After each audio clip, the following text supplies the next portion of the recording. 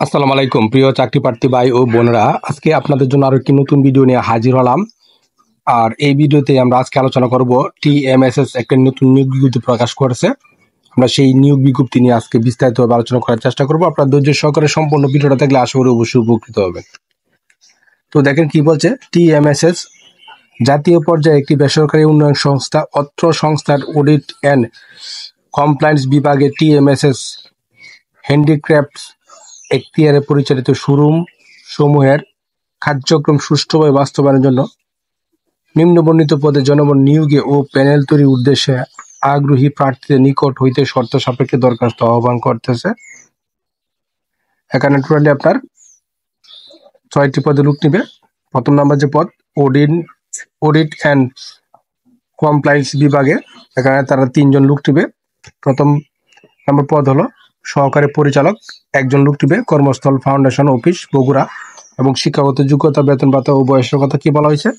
শিক্ষাগত যোগ্যতা বাণিজ্যিক বিভাগে স্নাতকোত্তর, পেশাগত দক্ষতা কম্পিউটার পরিচালনায়, MS Word, Excel, PowerPoint, internet browsing ও স্ক্যান কাজে আপনাকে দক্ষ থাকতে হবে। এবং দায়িত্বসমূহ হলো টিএমএসএস উত্তরবঙ্গের কর্ম এলাকায় অবস্থান করে সংস্থার শিক্ষা, স্বাস্থ্য, ঋণ কর্মসূচির সমূহ বিভিন্ন প্রোগ্রাম অডিট করতে হবে।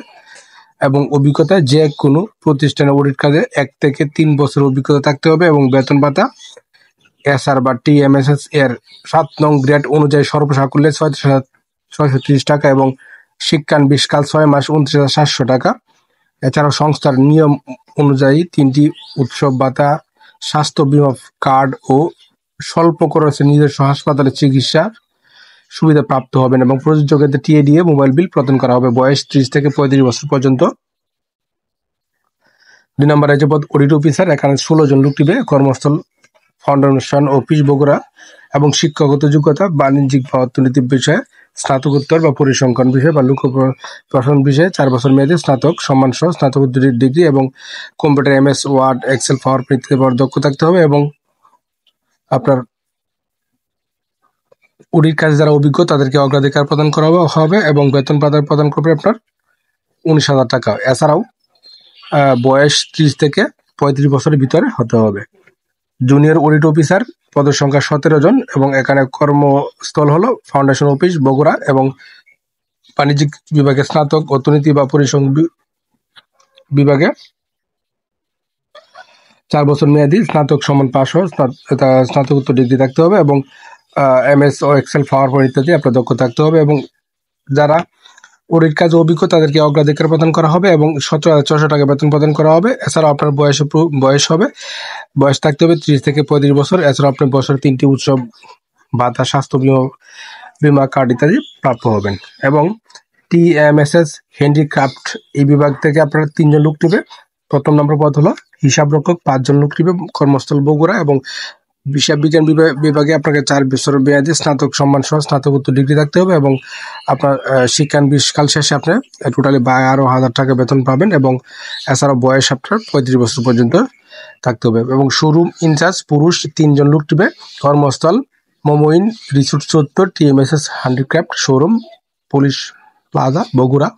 এবং কমপক্ষে ACC পাস এবং কম্পিউটার পরিচালনা দক্ষ থাকতে হবে। এবং সুদর্শন স্মার্ট অভিজ্ঞ প্রার্থীদের অগ্রাধিকার প্রদান করা হবে বেতন আলোচনা সাপেক্ষে। এবং বয়স 25 থেকে 35 বছরের ভিতরে থাকতে হবে। এবং যারা অভিজ্ঞ তাদেরকে ক্ষেত্রে বয়স শিথিলযোগ্য। এবং বিক্রয় কর্মী পুরুষ 10 জন নিবে। TMSS handicraft showroom, police plaza, Bogura. কর্মস্থল এবং শিক্ষাগত যোগ্যতা SSC পাস, সুদর্শন ও স্মার্ট ও অভিজ্ঞ প্রার্থীদেরকে অগ্রাধিকার প্রদান করা হবে এবং আলোচনা সাপেক্ষে বেতন প্রদান করা হবে। বয়স 20 থেকে 30 বছরের ভিতরে থাকতে হবে।